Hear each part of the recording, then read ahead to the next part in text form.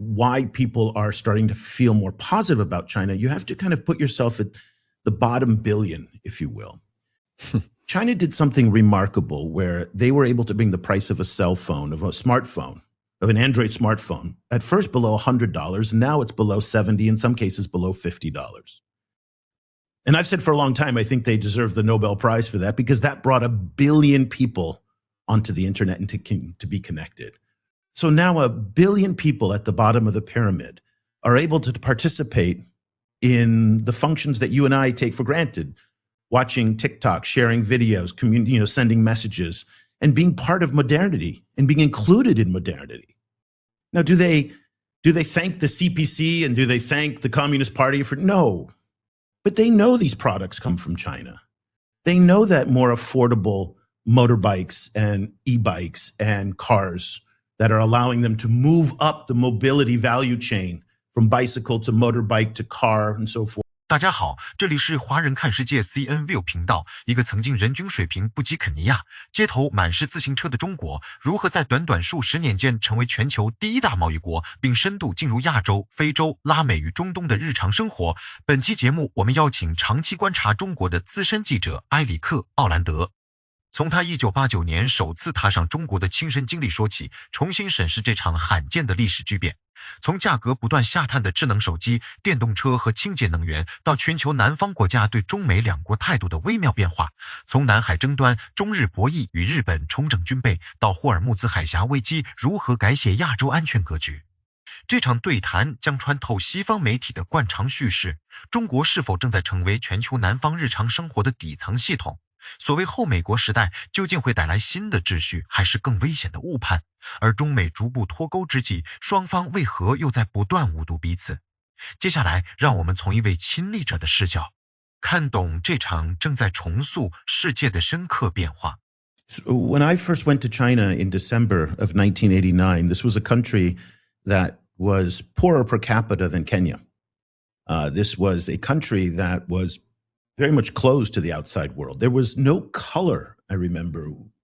Everybody wore brown, black, gray, very few cars. It was bicycles only, which is ironic today now that they've got all these share bikes all around. The young kids today riding bicycles around Beijing have no idea that, 40, 50 years ago, it was flying pigeon bikes. That was the brand that everybody used.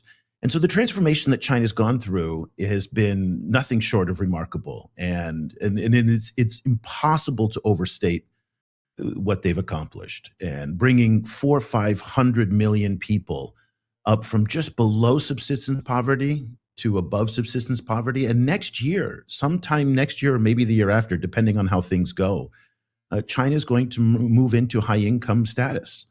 And so to go from a country that was poorer than Kenya in my lifetime to high income status has never been done before on this scale. And it is something that is just quite remarkable. And that is just an empirical fact. You don't have to like the Chinese political system. You don't have to agree with the way they run their economy. But it is an undeniable fact that people today in China, which accounts for, at one point, it accounted for close to a quarter of the world's population. Today, it's much less, about a sixth of the world's population, but still a huge part of the global population is no longer poor. And that desperate poverty, it's still low income in many parts of the country. We need to be very clear on that. There's a huge wealth discrepancy between, say, Shanghai and Guizhou in the countryside. Nonetheless, the quality of life, the caloric intake, the quality of education for girls and boys has improved dramatically to the point where this country today is unrecognizable from what it was when I first went there. Is China's reputation in these places that you're overseeing research in also changing in that way? Like when China was as poor as Kenya, what were people in the global South thinking about China, and what do they think about China? And I'm sure that there have been like peaks and valleys in that, but how would you characterize like the evolution in China's reputation over that same time? Yeah. I don't think people thought about China that much back in those days because China wasn't really a global actor. Sure, the Chinese promoted anti-colonial struggles in parts of Africa and even to some extent in Latin America, and that was very piecemeal. But for the most part, China was not a global power by any conventional definition. Today, it is. It's the largest navy in the world. It's one of the largest standing armies in the world. It's obviously the second largest economy in the world. It's the largest trading power in the world. It's the number one trading partner for at least, I think, somewhere around 120 countries. I mean, just a very high number of countries. So the impact that China has today is absolutely enormous. So people obviously have opinions about it. And in fact, we just got new public opinion survey data from Pew, which has echoed a number of regional surveys from Afrobarometer, Arab Barometer, also out here in Southeast Asia, the Institute for Southeast Asian Studies Center. They published a survey as well, which all show that China is now more popular and seen more favorably than the United States. Now, I always want to caution people on this. For the most part, people are very familiar with the US and Europe because the discourse power of these two regions is unimaginably more effective than anything China has. So a lot of times people are saying they like China more than the US, for example, not necessarily because they genuinely like China more than the US, but just they're so disillusioned and frustrated. It's almost like a protest vote. I mean, we'll see this in the US where, swing voters will say, well, I don't like Biden, so I'm going to support Trump. And half of it is because they like Trump, but half of it's because they just don't like Democrats and Biden. So they don't have a lot of depth to it. So the relationship today that China has with many developing countries and people in developing countries, especially younger people, is a highly conditional relationship. If China is seen to be improving the lives of people, they will like them. If they are not, they won't. Very transactional in that respect. And I just had an article that came out in Foreign Affairs this week, which spoke to how in many parts of the global south and the developing world, certainly where I live here in Southeast Asia, and especially in places like Africa and increasingly in Latin America, China is becoming the operating system of daily life. Whether it's your e-commerce that you buy products from, which where I live is Chinese owned and then Chinese delivered, and it's Cainiao, which is Alibaba's logistics arm that brings the goods to my house. Whether it's the phone, the apps that we use, the products in the stores, pretty much are all made in China. Now here we have Chuggy tea chains all over the place, which is the big tea brand from China. Luckin Coffee is here. So we're seeing more and more that we touch China dozens, if not hundreds of times a day. And we don't have that same intimate relationship now with the US and Europe that we once had. So we're in a situation today now where people have very high familiarity of the US and Europe, but very low touch. Whereas with China, there's high touch, but very low familiarity for the most part. And so that creates a very interesting perception in terms of how people feel about China. And when we talk about why people are starting to feel more positive about China, you have to kind of put yourself at the bottom billion, if you will. China did something remarkable where they were able to bring the price of a cell phone, of a smartphone, of an Android smartphone, at first below $100, and now it's below $70, in some cases below $50. And I've said for a long time, I think they deserve the Nobel Prize for that, because that brought 1 billion people onto the internet and to be connected. So now 1 billion people at the bottom of the pyramid are able to participate in the functions that you and I take for granted, watching TikTok, sharing videos, sending messages, and being part of modernity and being included in modernity. Now, do they thank the CPC and do they thank the Communist Party for? No, but they know these products come from China. They know that more affordable motorbikes and e-bikes and cars that are allowing them to move up the mobility value chain from bicycle to motorbike to car and so forth. They know that's being made possible because of Chinese trade. Survival, Japan's survival. Situation. Threaten Exactly. Japan's survival. Those are the 3 words. And yeah, it was last November. Yeah. Well, and I wonder, so how has that felt on the ground? Because I've actually been surprised at the extent to which the bilateral spat between Japan and China seems to have escalated. It also, Takaichi is very, to your point, unrepentant about what Japan did in World War II, but so was Shinzo Abe. And Shinzo Abe had a great relationship with Xi Jinping and was able to thread the needle between, oh, I'm building a new modern Japan and I'm not going to apologize for the shit, but also like I'm friends with Xi Jinping. Takaichi doesn't seem to be able to do that. And I don't know if it's just the time or if this is like China made a decision that it wanted to make an example of her, but it seems to actually be bleeding into the supply chains where we're talking about. No, it's big. And it's a story that I think is getting a shockingly little attention outside of this region because it's an incredibly important story. So just as we're speaking now, critical mineral exports from China to Japan have plunged by 90%. So these supply chains have been disrupted. That is now starting to find its way through even to products that we make, that we receive in the US and whatnot. So so she basically says if there's a conflict between China and Taiwan, that would threaten Japan's survival. And that indeed, as you point out, triggered just DEFCON 1 in China. Taiwan, of course, is their Jerusalem in China.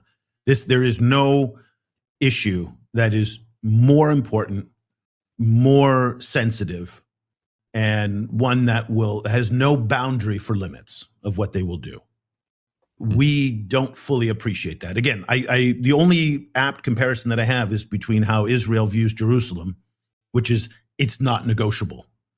And Taiwan is in that same level of category. So when countries like Japan say something like this, now Japan, understand where Takichi's coming from. She said the quiet part out loud. The concern is that if China conquers Taiwan, then that first island chain effectively closes down. Japan is an island country. It relies on these sea lanes for energy. It relies on it for security. Food. It doesn't grow much of its own food. And that would give China vast leverage to shut down those sea lanes. Now, she said this before the Strait of Hormuz fight, but I think that's become into much sharper focus today about the dangers of sea lanes being shut or tolled or somehow disrupted. And if you are island countries like New Zealand or Australia, Taiwan in that sense, not a country, but a nation, but then Japan, a country, you get very nervous now because of how much you rely on these maritime passageways. So this has been common refrain in Japanese security discourses for a long time. She just said it out loud. Now, it's interesting you bring up Shinzo Abe because, she is a protege of Shinzo Abe. And that was he was very much her mentor. She is also being pulled to the right in Japan. So just like our politics are polarizing, Japanese politics are polarizing as well. And there is a rather large movement that says, you know what, we're done dealing with these countries in tiptoeing. We need a military that is both defensive and offensive. We need to rearm. Rearm is a weird concept in Japan because it has one of the world's largest defense budgets, but it is all positioned for a defensive posture. Abe himself was one who was trying to kind of push the line to have a more offensive facing, an offensive type. 回看整场对谈，最值得记住的，并不是某一组民调，也不是某一次外交冲突，而是观察中国与世界关系时，必须跳出单纯的中美竞争框架。今天的国际秩序已经不再由一个中心决定。亚洲、非洲、拉丁美洲和中东的国家都在根据自身利益重新选择伙伴，分散风险，并寻找更大的战略空间。过去几十年，中国完成了极其罕见的发展转型，从一个相对封闭、物质匮乏的国家成长为世界第2大经济体和全球最大的贸易国之一。数亿人口摆脱贫困，基础设施、教育和生活水平显著提高。这些变化无论从哪种政治立场出发，都无法被轻易否认。但中国影响力真正深入全球南方，靠的不只是宏大的外交口号，更是普通人每天都能接触到的商品、技术和服务，价格更低的智能手机，让更多人接入互联网、电动摩托车、新能源汽车和太阳能设备，改变了交通与能源选择。电商平台、物流网络和消费品牌则逐渐进入日常生活。中国正在成为许多发展中国家经济运转的一部分。这种影响看似不如军事同盟引人注目，却可能更持久，因为它直接关系到人们能否买得起、用得上，以及生活是否真的得到改善。不过，对中国好感度的上升，并不等于无条件的认同，很多国家对中国的态度本质上仍然务实，而且具有交易色彩。中国能带来投资、就业、基础设施和廉价产品，好感就会上升。如果项目制造债务，损害本地产业或者外交姿态变得傲慢，态度也会迅速逆转。同样，一些国家对中国评价提高，也可能只是对美国和欧洲失望后的抗议性选择，而不是已经建立起深厚信任。这提醒我们，影响力并不等于领导力，市场存在也不等于政治认同。中国拥有庞大的制造能力和完整的产业链，却仍然面临一个重要问题：如何把经济接触转化为稳定、可持续的信任？真正有韧性的国际影响力，不能只依靠商品价格和贸易规模，还需要对当地社会保持尊重，理解各国不同的历史记忆，并在利益分配、技术合作和就业创造上拿出更有说服力的安排。东亚与东南亚的不同反应，也说明地缘政治从来不能套用同一套模板。日本、韩国和菲律宾对中国的安全忧虑与马来西亚、印度尼西亚和越南的现实考量并不相同。历史创伤、海洋争端、族群文化、美国同盟体系以及对华贸易依赖，共同塑造了各国的选择。许多国家既不愿完全倒向美国，也不愿过度依赖中国，他们更希望在中国、日本、美国、欧洲以及区域伙伴之间保持平衡，用多元合作来维护自身自主权。日本影响力的重新上升尤其值得关注，它在东南亚长期积累的投资、援助和基础设施合作，为更深入的安全协作提供了基础。随着美国安全承诺的不确定性增加，日本、澳大利亚、新西兰以及部分东南亚国家可能加强情报、海上安全和无人作战技术方面的合作。但这并不意味着旧式军事集团必然重现，而更可能形成一套松散灵活、以风险对冲为目的的合作网络。霍尔木兹海峡危机则揭示了另一个趋势，能源转型已经不只是环境议题，而是国家安全议题。当石油航线可能被封锁，进口成本可能急剧上升，太阳能、电池、电动车和本土能源系统就成了降低战略脆弱性的工具。中国在这些产业中的优势，使它能够从全球能源焦虑中获得商业机会，但战争推高通胀，削弱消费能力，同样会反过来冲击这个依赖出口的制造大国。因此，中国面对外部危机时，既可能受益，也不可能置身事外。整场对谈最深层的警示，还是中美之间不断扩大的认知鸿沟、贸易下降、科技脱钩、签证收紧、留学减少和语言学习降温。正在切断两国社会彼此理解的渠道。当政策制定者只通过意识形态认识对方，当普通人只看到被筛选后的敌对形象，误判的概率就会不断升高。洲际导弹试射可能是提前多年规划的技术安排，却可能被解读为及时挑衅，地区国家出于自主外交做出的选择，也可能被误认为背后必然存在某个大国操纵。历史反复证明，最危险的局面不一定来自明确的敌意，而可能来自双方都坚信自己完全理解对方。美国如果继续用冷战思维解释中国，就可能忽视中国社会、经济与外交目标的复杂性。中国如果低估美国内部的多样性，又以为西方裂痕可以被轻易利用，也可能错过真正的合作窗口。相互误读一旦与军事竞争、经济脱钩和国内政治压力叠加，任何小事件都有可能被放大成难以控制的危机。未来的世界大概不会是简单的美国退场、中国接管，而会是一个更加分散、更重视交易、更强调自主选择的多极秩序。决定一个国家影响力的，不只是军舰数量和经济规模，更是它能否提供可靠产品，尊重合作伙伴，控制傲慢，并准确理解别人真正需要什么。对于中国如此，对于美国、日本和所有试图塑造新秩序的国家也同样如此。你认为全球南方对中国态度的变化是长期趋势，还是对西方失望之下的暂时选择？中美关系又是否还有机会回到更务实的轨道？欢迎在评论区留下你的判断，也欢迎关注频道，看更多国际时事深度内容。别忘了点赞订阅。